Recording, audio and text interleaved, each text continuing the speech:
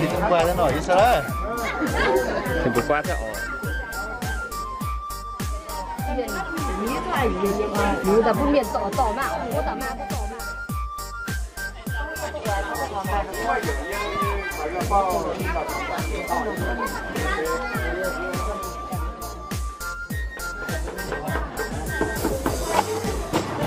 Nho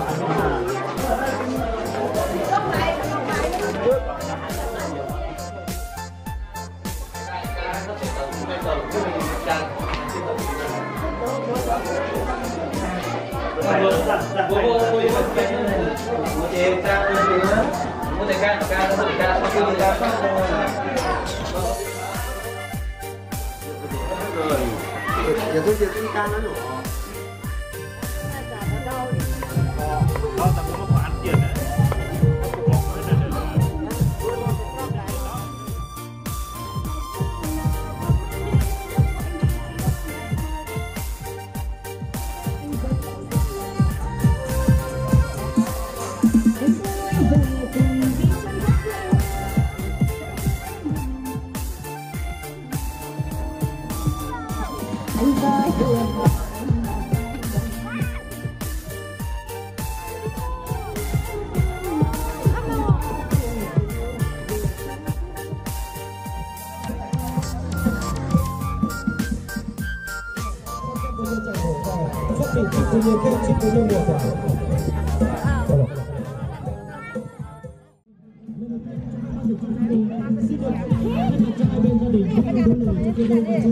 Xin kính mời tất cả thể quý vị, các cụ bà, cô dì, chú bác, anh chị em và mẹ thân mến thân xin chúc ai ở đất trời hãy cùng đốc chút thời gian để về với hội trường tới trung tâm kinh tế.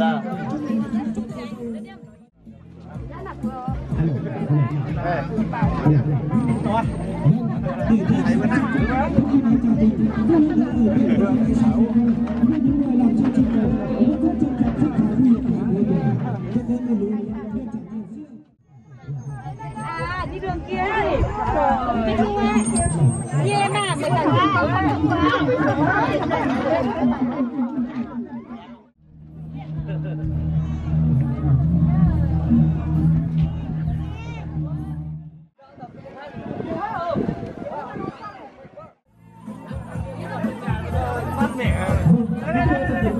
Chúc để an ninh với cô dâu Minh Hoàn, các bạn đang trông chờ, các người nữ chia sẻ hôm nay đến với bến tờ Bạch Tích, họ đã cùng nhau nâng hương nước tôi, hôm nay trời xanh ái hồng, chúc được hài đồng, chúc với chúng ta, chúc cả những hoài bão lăn tay, đổi thay cuộc sống nên vui chung tình, với vợ hôm nay họ có đi chung sức chung lòng, chung cha, chung mẹ, chung ông, chung bà, ra ngoài thì ta chung vượt. Chúc để an ninh với cô dâu Minh Hoàn, các bạn đang trông chờ, các người nữ chia sẻ hôm nay đến với bến tờ Bạch Tích, họ đã cùng nhau nâng hương nước tôi, hôm nay trời xanh ái hồng, chúc được hài đồng, chúc với chúng ta, chúc cả những hoài bão lăn tay, đổi thay cuộc sống nên vui chung tình, với vợ hôm nay họ có đi chung sức chung lòng, chung cha, chung mẹ, chung ông, chung bà, ra ngoài thì ta chung vượt hoài đồng, về nhà chung chân, chung đối, chung công, chung bàn, vâng với kia thân thể quý vị, họ đã cùng nhau vượt.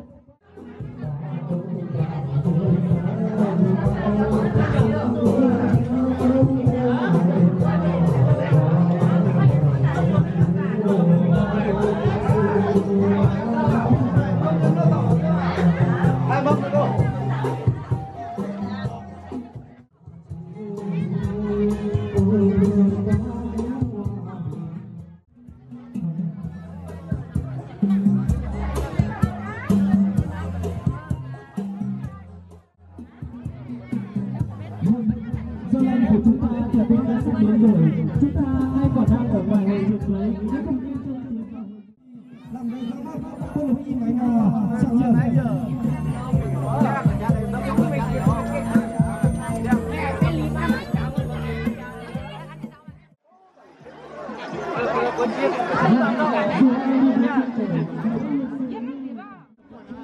Ada mungkin loh. Kau siap, kau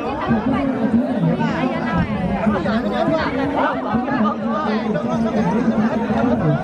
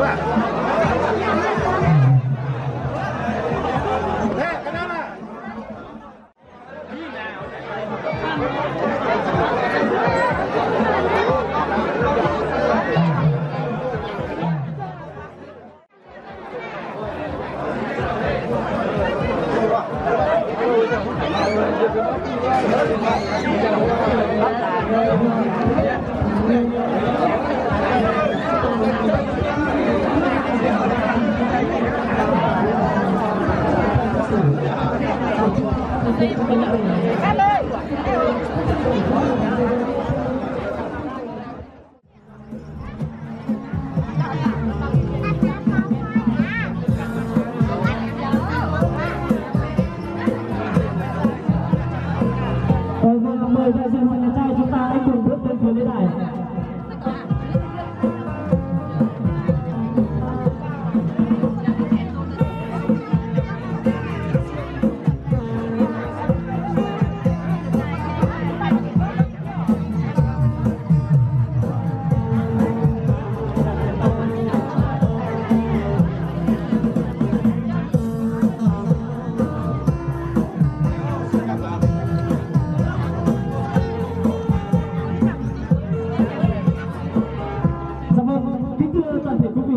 Chú rể A Minh cùng với cô dâu Mỹ Hoán đã gặp nhau vào một đêm rất tình cờ, một đêm trong xanh gió mát, và cô dâu có hỏi chú rể rằng nhà em cách mấy quả đồi, cách vài con suối, cách đồi cánh rừng, nhà em cách xa quá chừng. Em hỏi anh đấy sao lại yêu em.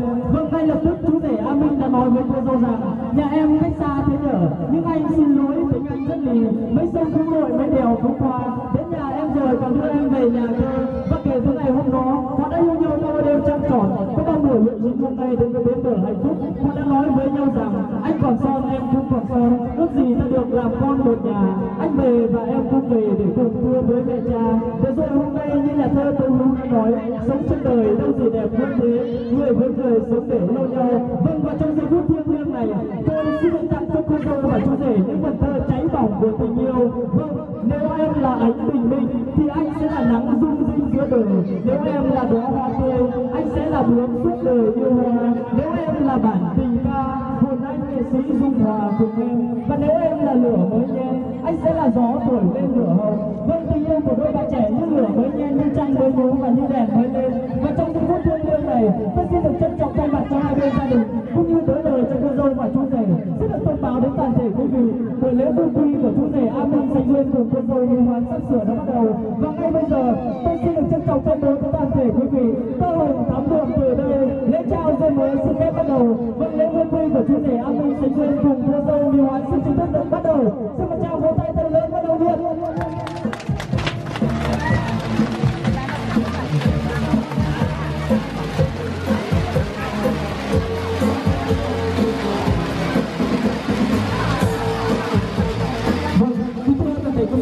Ngay kể từ ngày hôm nay, cô dâu và chú rể sẽ có một cuộc sống mới, chúc cho họ sẽ sống với nhau đến trọn năm hạnh phúc, sống với nhau đến gia long đầu bạc và có một mối tình thực viên mãn. Vâng, kính thưa toàn thể quý vị, công cha thì như núi Thái Sơn, nghĩa mẹ như nước trong nguồn chảy ra, một lòng thờ mẹ kính cha, em tròn chữ hiếu mới là đạo con. Vâng, nước biển mênh mông thì không đông đầy tình mẹ.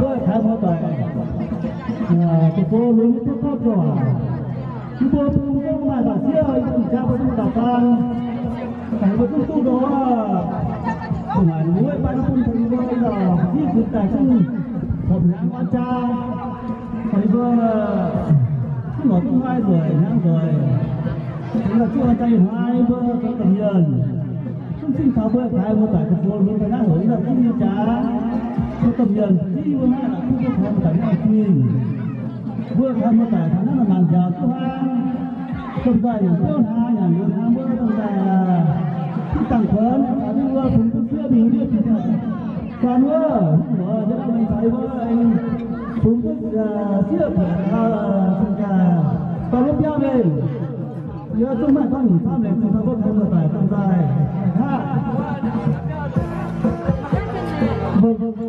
tiếp theo chúng tôi sẽ mời một bác bên hội nhà trai có đôi lời không được.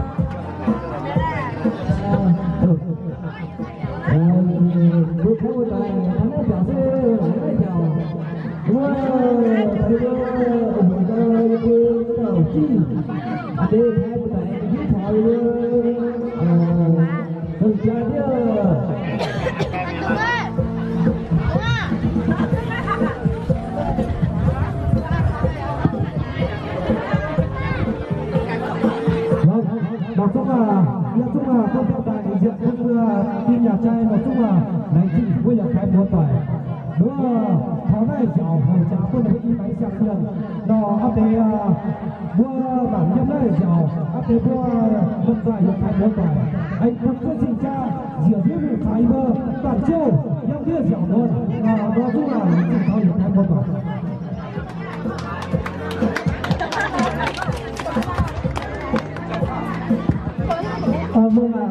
Bây giờ thì các bác bên họ nhà gái cũng có món quà dành tặng cho cô dâu và chú rể. Xin mời toàn thể quý vị chúng ta hãy cùng hướng mắt lên sân khấu để đón chào giây phút trao quà của các bác bên nhà gái.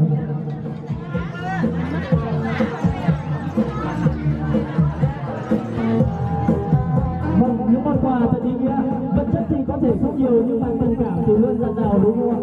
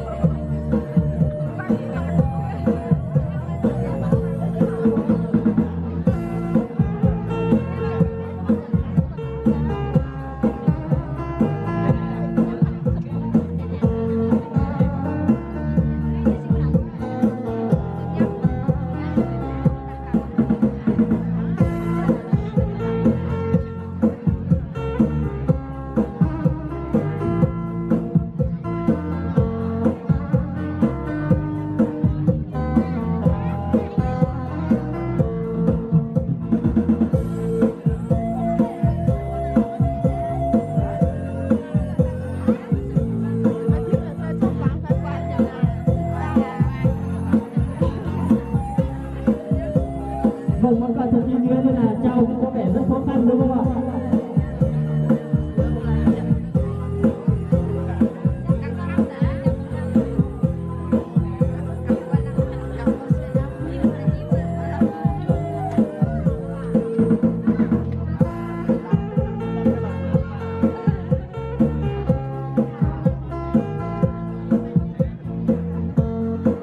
Vâng, xin một tràng vỗ tay thật lớn ạ.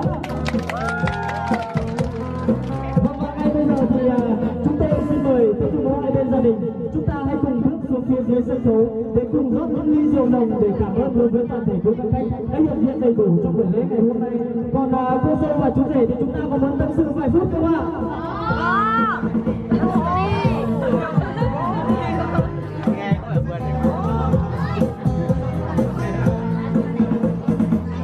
Vâng, những giây phút tâm sự này ban tổ chức chúng tôi cũng mong quý vị thật nhiệt tình nhá. Vâng, quý vị ơi, ở xa cũng nhiệt tình một tí nha quý vị.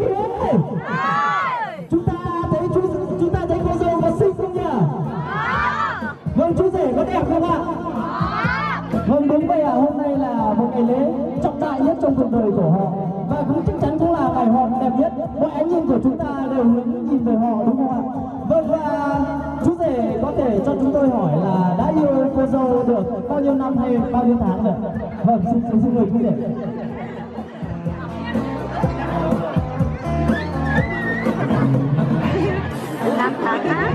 Vâng, chú rể trả lời rất ngắn gọn, 5 tháng. 5 tháng là một khoảng thời gian không phải là dài, đúng không quý vị? Vậy thì chắc hẳn là chú rể chưa được hôn cô dâu lần nào, đúng không nhỉ? Chúng ta có muốn chứng kiến nụ hôn của cô dâu và chú rể không ạ? Vâng, vậy thì cái này là làm theo yêu cầu của khán giả đó, chứ ban tổ chức thì không có lỗi gì đâu. Xin mời chú rể quay sang phía cô dâu 35-17. Mời chú rể quay sang phía cô dâu. Cô dâu cũng quay sang bên chú rể 37 độ 5. Vâng, quý vị và cô dâu chú rể hết sức bình tĩnh nha. Ngay bây giờ thì tâm trạng của họ sẽ là mắt lim dim, tim giật giật. Vâng, chúng tôi xin được thông báo là chú rể sẽ có 3 giây để vừa lấy đà vừa hôn. Chúng ta hãy cùng hướng lên sân khấu và nổ một tràng pháo tay thật lớn để đón nụ hôn của cô dâu và chú rể. Vâng, xin mời chú rể.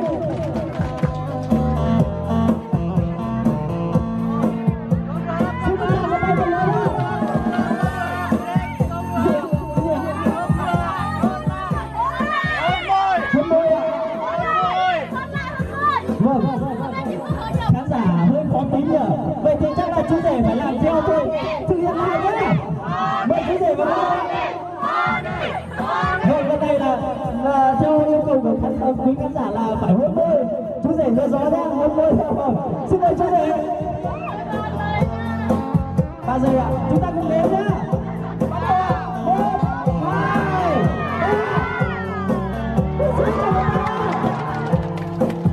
1, 2, 3. Chưa được hôn thì chắc là chú rể chưa được nắm tay đâu. Bây giờ thì ban tổ chức chúng tôi sẽ tạo điều kiện cho chú rể được nắm tay cô dâu. Xin mời cô dâu và chú rể hãy cùng nắm tay để cùng bước xuống phía dưới sân khấu, cùng rót những ly rượu nồng để cảm ơn đối với toàn thể quý quan khách đã bớt chút thời gian vàng bọc để cùng với chung vui với buổi lễ quan trọng nhất của chúng ta ngày hôm nay. Vâng, xin mời cô dâu và chú rể.